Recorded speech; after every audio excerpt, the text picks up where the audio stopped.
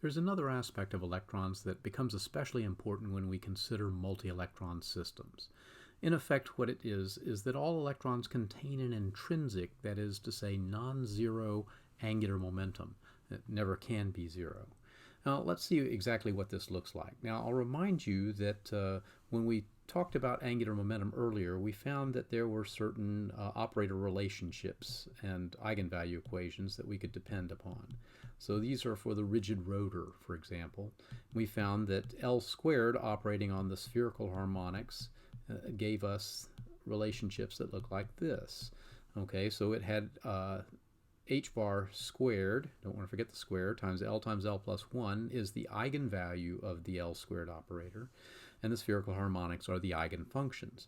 Now, these also share eigenfunctions with Lz, and when we exercise that operator on the spherical harmonics, we end up with h bar m ylm of theta and phi. So these are the eigenstates, basically the eigenvalue equations for the orbital angular momentum. And I want to be sure that we're separating this from the intrinsic angular momentum, because there's another word that we will use for that one. So this is the orbital angular momentum, and it's the part that we've already studied with the both the hydrogen atom and the rigid rotor. All right, now when we talk about intrinsic angular momentum, it turns out now that there are going to be some very similar relationships, and I'll put a little dashed line separator here. First of all, there is a square of this intrinsic angular momentum. I'm going to label one of its eigenstates as alpha, like this, and it turns out that the operation of the square of the angular momentum of this intrinsic angular momentum operator is going to give us a relationship very similar to the one we got here for the spherical harmonics. But I'll caution you, these functions alpha are not the spherical harmonics. In fact, there's no way to easily write them down in terms of spatial coordinates. Now, when we do the same thing for S sub z and operate on A, on alpha, what we would get is 1/2 h bar times alpha. And there's a second eigenfunction, and I'll call that beta. Very clever, isn't it? Alpha and beta. And it has the same value of the eigenvalue, but it's negative instead of positive. And it turns out these are the only two eigenfunctions that this intrinsic angular momentum have. So alpha and beta are basically the eigenstates or eigenfunctions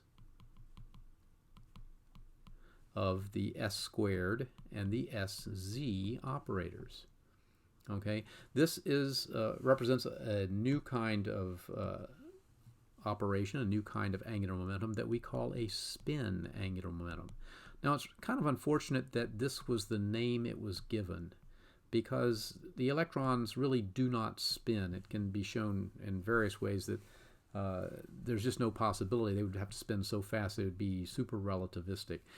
So this is not really due to a spinning motion of the electrons. So I hope that you can dispel that notion from your head. But it is an intrinsic angular momentum in the sense that this angular momentum obeys all the same sort of properties that we found were true for the orbital angular momentum. So we'll find that these are, in fact, there's a great mathematical similarity between these two types. A lot of the same types of, for example, commutation relations and other things hold true for this new type of angular momentum. So we've already got a very good head start on it. Now, I want to note some features of this particular new kind of angular momentum because we're going to be dealing with it quite a bit. First of all, just as we did for the orbital angular momentum, and I'll use this squiggle under here to indicate a vector quantity, it has components in the x, y, and z direction. So this is very much similar to what we found for the orbital angular momentum, and this is the Lz component, for example. We also can construct its squared operator by taking the sums of the squares of these three components. All right, so all of that holds true, and I'll say this is like what we have found for the L operator and the L squared operator. All right, what else can we say about this?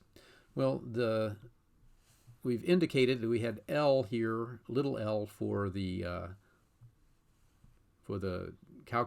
quantum number, if you will, for orbital angular momentum. What about little s?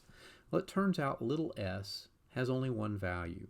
S is equal to 1/2. Now remember that L, little l, could be any integer. We had L was equal to 0, 1, 2, I should say any non-negative integer. All right, but S has only one possible value, so it's going to be somewhat more limited than the orbital angular momentum was. Now when we perform its projection on the z-axis, so that would be the result of measuring S sub z, then we'll get m sub s as equal to plus or minus 1/2 h bar. So that's what is going on up here when we write this relationship and this relationship over here. All right, we're basically measuring the projection of this intrinsic or spin angular momentum on the z-axis. Now you'll recall that in the case of L, we had m sub l ran from 0, plus or minus 1, plus or minus 2, all the way up to plus or minus L. Well, this is very similar. It's just m sub s is just plus or minus s. Okay, so it has a very similar behavior in that way. Now, I mentioned that we couldn't actually write the coordinate, or there's no classical analog to the coordinate, but we often use sigma as a means of representing the coordinate for this intrinsic angular momentum. So that way we can write integrals and things like that and use that as our integration variable and so forth. The eigenstates, the ones that I've written here, alpha and beta, the only two eigenstates that they are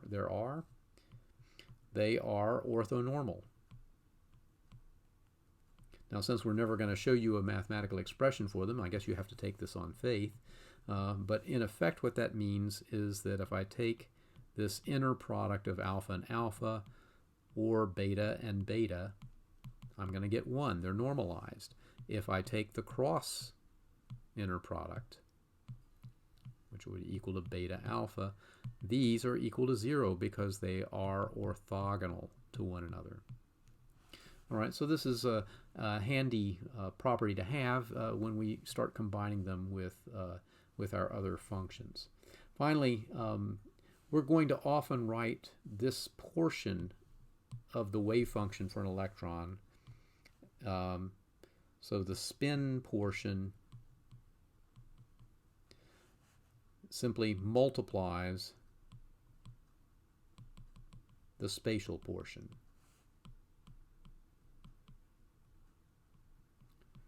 Okay, so in effect what we end up doing is we end up setting up wave functions that have the following format. If I have a wave function that is a function of r, theta, phi, and we'll now say sigma, all right, this is simply going to be written as a spatial portion times a spin portion, and so I'll use alpha, for example, as perhaps our spin function for this case. It could also be r, theta, and phi times beta of our sigma.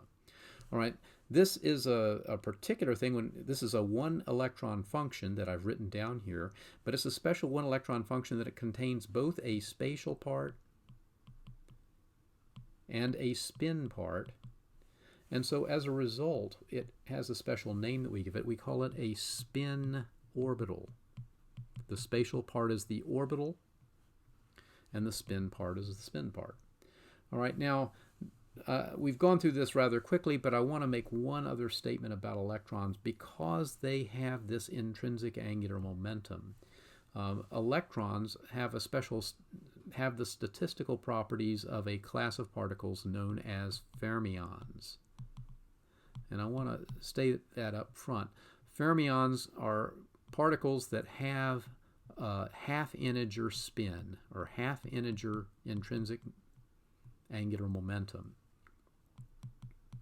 So Because electrons have this, they are fermions, and it turns out this is going to affect something. It imposes certain constraints on their wave functions, but we're going to have to leave that for another video.